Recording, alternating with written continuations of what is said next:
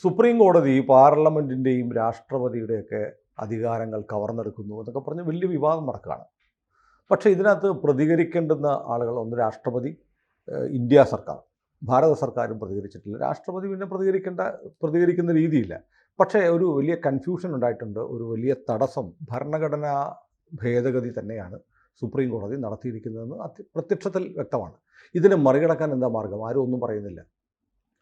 അല്ല, ഭരണഘടനാ ഭേദഗതിയാണ് നടത്തിയത് എന്നുള്ളത് വരെ ആരോപണം. സുപ്രീം കോടതിയുടെ ഇത് ഞങ്ങൾ ഭരണഘടന വേണ്ട രീതിയിൽ വ്യാഖ്യാനിച്ചു. ഭരണഘടനയിൽ ഒരു ഗ്യാപ്പ് ഉണ്ടായിരുന്നു. ആ ഗ്യാപ്പ് ഞങ്ങളങ്ങ് ഫില്ല് ചെയ്തു. അപ്പോൾ ഈ ഗ്യാപ്പ് ഫില്ല് ചെയ്യുന്നത് തന്നെ ഒരു അമെൻമെൻ്റ് അല്ലേ? അതെ, അത് ചെയ്യേണ്ടത് പാർലമെൻറ്റാണില്ല. വാസ്തവത്തിൽ സത്യമാണ്, പാർലമെൻറ്റാണ് അത് ചെയ്യേണ്ടത്. കോടതിക്ക് അത് ചൂണ്ടിക്കാണിക്കാം, പാർലമെൻറ്റിനോട് ഡയറക്റ്റ് ചെയ്യാം. തല പോകുന്ന കാര്യമൊന്നും ഇതിലില്ല. ഇപ്പോൾ 12 ബില്ലുകളാണ് RN രവി പിടിച്ചു വെച്ചത് തമിഴ്നാടിൽ. ഇതിൽ 10 ബില്ലും യൂണിവേഴ്സിറ്റിയെ സംബന്ധിച്ച ബില്ലാണ്. ഗവർണറുടെ അധികാരമല്ല, ചാൻസലറുടെ അധികാരത്തെ ചൊല്ലിയുള്ള ബില്ലുകളാണ്. ഗവർണർ അല്ല, ആളൊന്നു തന്നെ, പക്ഷേ ചാൻസലർ എന്നുള്ള അധികാരത്തിലേക്ക് സർക്കാരിനെ കടന്നു കയറ്റും. ഗവർണർക്കുള്ള പ്രിവിലേജുകളില്ല ചാൻസലർക്ക്. ഇവിടെയുള്ള ഈ പിണറായി വിജയൻ, ആരിഫ് മുഹമ്മദ് ഖാൻ യുദ്ധമില്ലേ, ഇത് തന്നെയാണ് തമിഴ്നാട്ടിലും. 10 university, fisheries university, agriculture university, മറ്റേ യൂണിവേഴ്സിറ്റി, വാഴപ്പിണ്ടി യൂണിവേഴ്സിറ്റി, തെങ്ങ് വളമിടുന്ന യൂണിവേഴ്സിറ്റി, ഇങ്ങനെ എല്ലാത്തിനും യൂണിവേഴ്സിറ്റിയാണില്ല. ഇതിൽ 10 യൂണിവേഴ്സിറ്റിയിൽ ഈ ഗവർണറുടെ അധികാരം കയറി മാന്തുന്ന ബില്ല്, ഇത് എൻ്റെ അധികാരം മാന്തുന്ന ബില്ല് സുനിൽ അയച്ചതെന്ന് ഞാൻ തന്നെ അത് ഒപ്പിടുക. ഞാൻ എങ്ങനെയെങ്കിലും അത് തട്ടിക്കളിക്കും. ഇതാണ് 10. അടുത്ത 2 ഉള്ളത് ഈ തടവുകാരെ തുറന്നു വിടുക. ഓൾറെഡി DMK-ക്കാർ ജയിലിലുള്ളവരെ മുഴുവൻ പരിച്ഛേദം 978 പേരെ തുറന്നു വിട്ടു. 700 ചില്ലാനും പേരെ ഗവർണർ തുറന്നു വിട്ടു. ബാക്കി 200 ചില്ലാനും പേരുടെ ഗവർണർ പറഞ്ഞു വിടൂ, ഇതെന്താണിത്? ഇരട്ട ബലാത്സംഗം, ഇരട്ട കൊലപാതകം, ഇരട്ട ജീവപര്യന്തം, ഇതൊക്കെ കിട്ടിയ ആൾക്കാരാണ്. DMK-ക്കാരാണ്, ശരി, തന്നെ ആൾക്കാരാണ്. പക്ഷേ ഇതിനൊക്കെ ഒരു പരിധി മര്യാദയൊക്കെ വേണ്ടേ? അതുകൊണ്ട് 10-700 ശരി, അതും അത്ര ശരിയല്ല, ബട്ട് ഞാനങ്ങ് വിട്ടു നിങ്ങളുടെ ശുപാർശയിൽ. ഇത് പറ്റില്ല. 3ാമത്തത്, അതായത് 12ാമത്തെ ബില്ല് എന്താണെന്ന് വെച്ചാൽ, തമിഴ്നാട് PSCയിൽ 5 മെമ്പർമാരാണ്, കേരളത്തിൽ 21 മെമ്പർമാരാണ്. തമിഴ്നാട്ടിൽ ഈ 5ൽ നിന്ന് 15 ആക്കണം. ഇപ്പോൾ ഗവർണർ പറഞ്ഞു, എന്തിനാണ് ഈ PSC ഇത്ര വലുതാക്കുന്നത്? കേരളത്തിലോ ഒരു പണിയില്ലാതെ ചുമ്മാ കാശ് മേടിച്ചും പെൻഷൻ മേടിച്ചും മെഡിക്കൽ റീഇംബേഴ്സ്മെൻറ്റ് മേടിച്ച് കുറേ പേര് സുഖമായിട്ട് കഴിയുകയല്ലേ. വർഷം ഒരു ആക്ഷേപമില്ലാതെ മാസം ഒരു 5 ലക്ഷം രൂപ വെച്ചുണ്ടാക്കിക്കൊണ്ടിരിക്കുകയാണ്. ഇതേ പരിപാടി തമിഴ്നാട്ടിൽ വേണോ? അല്ല, അത് വേണം. കാരണം സ്റ്റാലിൻ്റെ ആൾക്കാരെ വെക്കേണ്ട ആവശ്യമുണ്ട്. ഗവർണർ പറഞ്ഞു അത് വേണ്ട, അത് ധൂർത്താണ്. ഇതാണ് തർക്കം. അല്ലാതെ ജനങ്ങളുടെ ജീവൽ പ്രശ്നങ്ങൾ ഇതൊന്നുമല്ല. ഈ മുഴുപ്പിക്കുന്ന കേട്ട് കഴിഞ്ഞാലുണ്ടല്ലോ, ഈ ബില്ല് പാസ്സായില്ലെങ്കിൽ തമിഴ്നാടങ്ങ് പട്ടിണിയായി പോകുന്നു, അങ്ങനെയൊന്നുമല്ല. ഈ കാര്യങ്ങളിലാണ് ഇവർ തമ്മിൽ ഉടക്കിയത്. ഇതൊരു 10 വർഷത്തേക്ക് കൂടെ ഈ ഉടക്കം നീണ്ടു നിന്ന് കഴിഞ്ഞാലും തമിഴ്നാടിന് ഒരു ക്ഷീണവും വരില്ല. കാരണം നേരത്തെ അങ്ങനെയായിരുന്നില്ല. ഇവന്മാരൊക്കെ ഈ ഇരട്ട ജീവനക്കാരനൊക്കെ ജയിലിലായിരുന്നു. അവൻ ഇറങ്ങിയില്ല എന്ന് വിചാരിച്ച് തമിഴ്നാട്ടിലെ പൊതുജനങ്ങൾക്ക് പ്രത്യേകിച്ചൊന്നും സംഭവിക്കാനില്ല. മാത്രമല്ല, ഈ റൗഡിയൊക്കെ ഇറങ്ങിക്കഴിഞ്ഞാൽ അടുത്ത കൊലപാതകം നടത്തുകയും ചെയ്യും. ഇത് ഇത്ര വലിയ കാര്യമൊന്നും ആയിരുന്നില്ല. ഇത് മനസ്സിലാക്കിക്കൊണ്ട് സുപ്രീം കോടതി ഇത് ചുമ്മാ അങ്ങ് ലിസ്റ്റ് ചെയ്യാനായിട്ട് അങ്ങ് വിട്ടാൽ മതി. പിന്നെ ഒരു 15-20 വർഷം കഴിഞ്ഞാണല്ലോ ലിസ്റ്റ് ആകുന്നത്. അപ്പോഴത്തേക്ക് രാഷ്ട്രീയ സാഹചര്യം മാറും, ലെനിൻ മാറും, RN രവി മാറും, എന്തെങ്കിലുമൊക്കെ സംഭവിക്കും. സ്റ്റാലിൻ മാറും. അപ്പോൾ എന്തെങ്കിലുമൊക്കെ സംഭവിക്കും. ഇതാണ് സുപ്രീം കോടതി സാധാരണ ചെയ്യാറുള്ളത്. ഈ കുഴമാന്തരം പിടിച്ച കേസുകൾ വന്നു കഴിഞ്ഞാൽ അവരങ്ങോട്ടങ്ങ് മാറ്റി വയ്ക്കും, അല്ലെങ്കിൽ ഭരണഘടനാ ബെഞ്ചിന് വിടും. ആ ബെഞ്ച് ഒരു കാലത്തും ഫോം ചെയ്യില്ല, അങ്ങനെ കിടക്കും. ഇതായിരുന്നു സുപ്രീം കോടതി ഇക്കാര്യത്തിൽ ചെയ്യേണ്ടിയിരുന്നത്. അതിന് പകരം ഇയാൾ കയറിയിട്ട്, പർദീവാല കയറിയിട്ട് അങ്ങ് ആളായി. അങ്ങനെയാണ് ഇതിൻ്റെ തുടക്കം. ഇപ്പോൾ ഇതിന് സിമ്പിളായിട്ട് ചെയ്യാവുന്നൊരു സംഗതി, സഞ്ജീവ് ഖന്ന ഒരു ഭരണഘടനാ ബെഞ്ച് രൂപീകരിച്ചിട്ട് ഈ വിധി റീകോൾ ചെയ്തിട്ട് സ്റ്റേ ചെയ്യുക. അങ്ങനെ ചെയ്യുമെന്ന് കരുതുന്നുണ്ടോ സുപ്രീം കോടതി? അല്ല, സൊല്യൂഷനാണ് ഞാൻ പറയുന്നത്. അവർ ചെയ്യാനാണെങ്കിൽ ഇതിനു മുമ്പേ ചെയ്തേനെ. അങ്ങനെ ചെയ്തു കഴിഞ്ഞാൽ ഈ കോൺസ്റ്റിറ്റ്യൂഷണൽ ഇമ്പാസെ ഒഴിവായി കിട്ടും. സർക്കാരിൻ്റെ ഭാഗത്ത് നിന്ന് എന്തെങ്കിലും ചെയ്യണ്ടേ? സർക്കാരിൻ്റെ ഭാഗത്ത് നിന്ന് ചെയ്യാൻ പറ്റില്ല. സർക്കാരിന് ചെയ്യാവുന്നത് ഒന്ന് റിവ്യൂ പോവുക. റിവ്യൂ പോയി കഴിഞ്ഞാൽ review is not an appeal. പൊതുജനങ്ങൾക്കൊരു ധാരണയുണ്ട്, റിവ്യൂ കൊടുക്ക്. റിവ്യൂ അപ്പീലല്ല. റിവ്യൂ എന്ന് പറഞ്ഞു കഴിഞ്ഞാൽ എഴുതിയ ജഡ്ജ്മെൻറ്റിൽ അവർ തന്നെ പ്രധാനപ്പെട്ട വല്ല പോയിൻറ്റും വിട്ടുപോയിട്ടുണ്ടോ ഉണ്ടെങ്കിൽ നിങ്ങൾക്കത് ചൂണ്ടിക്കാണിക്കാം. ഇപ്പോൾ അറ്റോർണി ജനറൽ വെങ്കട്ടരമണി ഒരു പോയിൻ്റ് ചൂണ്ടിക്കാണിച്ചു. നിങ്ങൾ പ്രസിഡൻറ്റിന് ഒരു റിട്ട് ഓഫ് മാൻഡമസ് ഇഷ്യൂ ചെയ്യുമ്പോൾ പ്രസിഡൻറ്റിൻ്റെ ഭാഗം കേട്ടിരുന്നോ? ഇല്ല. പ്രസിഡൻറ്റിന് വക്കീൽ അവിടെ ഉണ്ടായിരുന്നില്ല. അപ്പോൾ അതൊരു പോരായ്മയല്ലേ? മറുഭാഗം കേട്ടിട്ട് വേണ്ടേ നിങ്ങൾ ജഡ്ജ്മെൻറ്റ് എഴുതാൻ? ബട്ട് കോടതി അപ്പോൾ പറയാൻ പോകുന്നത്, ഇപ്പോൾ റിവ്യൂ എന്ന് പറഞ്ഞാൽ ചേംബറിനുള്ളിലാണ്.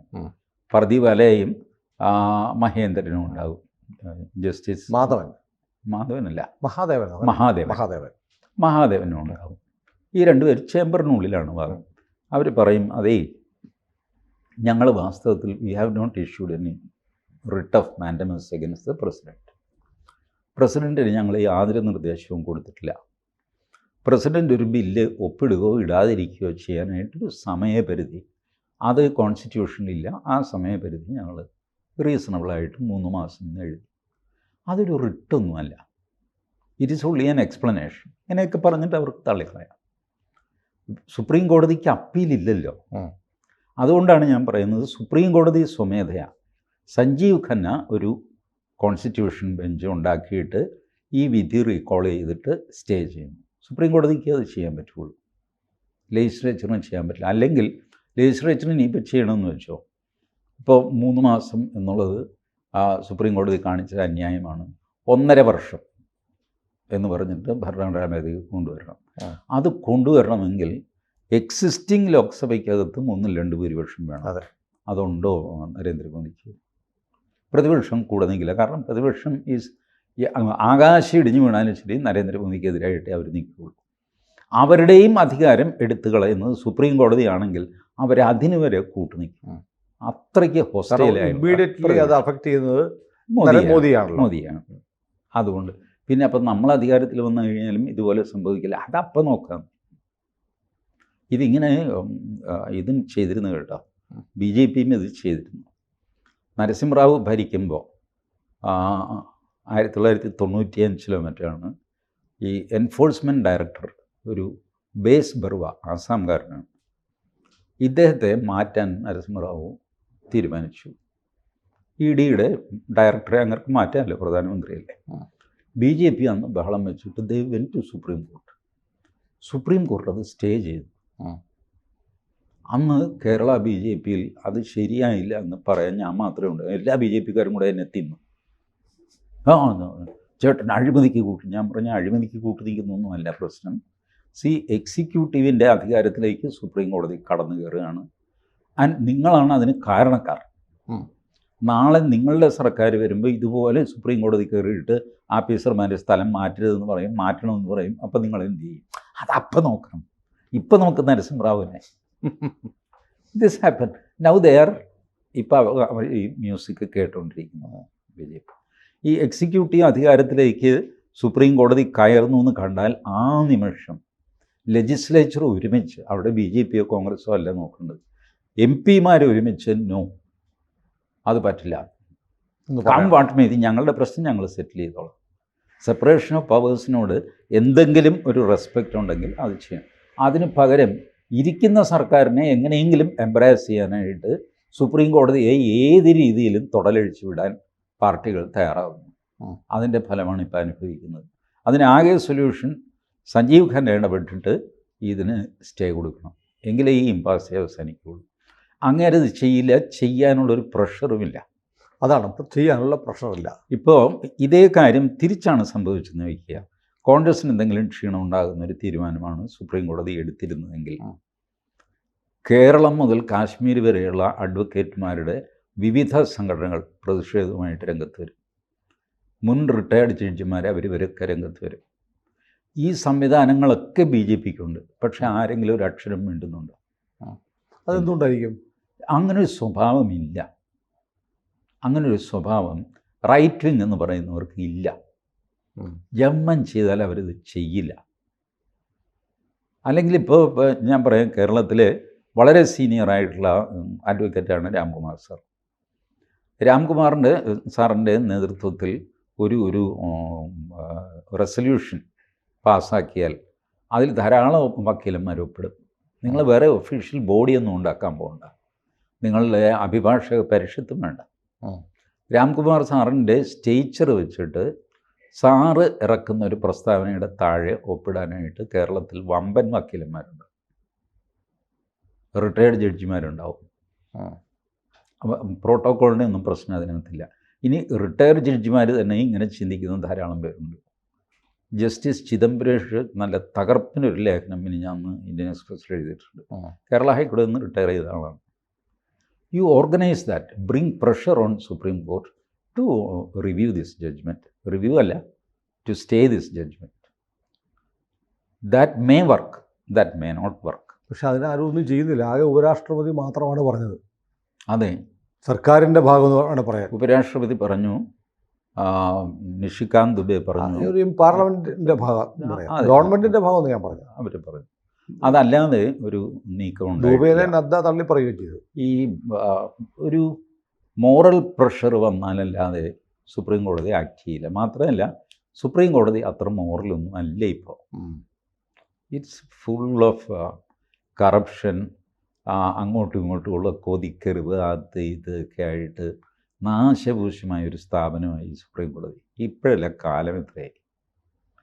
So it's very difficult now. ഇതിങ്ങനെ പോട്ടെ. അപ്പോൾ ഇതും ഒരു കിരീടം, ഒരു തൂവൽ പോലെ ഇരിക്കും. തൂവലായിട്ടൊന്നുമല്ല, കുറച്ച് ദിവസം കഴിയുമ്പോൾ ഈ ഇഷ്യൂവിൻ്റെ പ്രാധാന്യം കുറഞ്ഞിട്ട് അല്ല. പക്ഷേ അവർ പറഞ്ഞ ഒരു സ്റ്റാറ്റസ് ഉണ്ടല്ലോ, അതാണല്ലോ ഇനി തുടരാൻ പോകുന്നത്. അതെ അതെ. അപ്പോൾ ഇതിനകത്തൊരു വലിയ വിരോധാഭാസം പറഞ്ഞു കേട്ട് രാഷ്ട്രപതി നിരസിച്ച ചില ഇതുകൂടെ പാസ്സായി എന്ന് പറയുന്നത്. രാഷ്ട്രപതി നിരസിച്ചില്ല, അംഗീകാരം കൊടുത്തില്ല. അംഗീകാരം കൊടുക്കാത്തതും പാസ്സായതായിട്ട് കണക്കാക്കപ്പെടും എന്ന് പാർദിവാല പറഞ്ഞു. പിന്നെന്താ, ഇവർ നോട്ടിഫിക്കേഷൻ ഇറക്കി, ഒരു ആക്ട് നിലവിൽ വന്നു. എന്നിട്ട് ഇതെല്ലാം കൂടെ വീണ്ടും കുഴപ്പത്തിലാക്കാൻ വേണ്ടിയിട്ടാണ് നമ്മളെ കുര്യൻ ജോസഫിനെ വിളിച്ച് കമ്മീഷൻ ഉണ്ടാക്കി. ശരിക്കും കുര്യൻ ജോസഫ് കമ്മീഷൻ ഉണ്ടാവാനുള്ള ഒരു പ്രചോദനം പോലും ഈ സുപ്രീം കോടതി വിധിയാണ്. അതെ അതെ അതെ. അദ്ദേഹമാണെങ്കിൽ ഞാൻ റിട്ടയർ ആയി കഴിഞ്ഞാൽ ഒരു പദവിയിലും ഇരിക്കില്ല എന്ന് പ്രതിജ്ഞ എടുത്തതാണ്. ഭീഷ്മപ്രതിജ്ഞയല്ല, കുര്യൻ പ്രതിജ്ഞ എടുത്തതാണ്. അങ്കമാലിയിൽ നിന്ന്. ഏതായാലും ഇതിപ്പോൾ ഈ കുറേ ആളുകളൊക്കെ സോഷ്യൽ മീഡിയയിലൊക്കെ ഇങ്ങനെ പ്രതിഷേധിക്കുന്നുണ്ട്. പക്ഷേ അത് വലിയ ശബ്ദമായി രാജ്യത്ത് ഉയരുന്നില്ല. ഇല്ല, വലിയ ശബ്ദമായിട്ട് രാജ്യത്ത് ഉയർന്നിട്ടുണ്ട്. ബട്ട് അത് സാധാരണക്കാരുടെ ശബ്ദമാണ്. അതെ, അതിനൊക്കെ പുല്ല് വിലയാണ് സുപ്രീം കോടതിയിൽ. സാധാരണക്കാരന് പുല്ല് വിലയാണ് സുപ്രീം കോടതി. സാധാരണക്കാരുടെ അല്ലല്ലോ, അല്ലേ? അല്ല. കൂടുതൽ വാർത്തകളും വിശേഷങ്ങളും നിങ്ങളിലേക്ക് എത്താൻ ABC മലയാളം സബ്സ്ക്രൈബ് ചെയ്യുക, ബെൽ ബട്ടണും അമർത്തുക.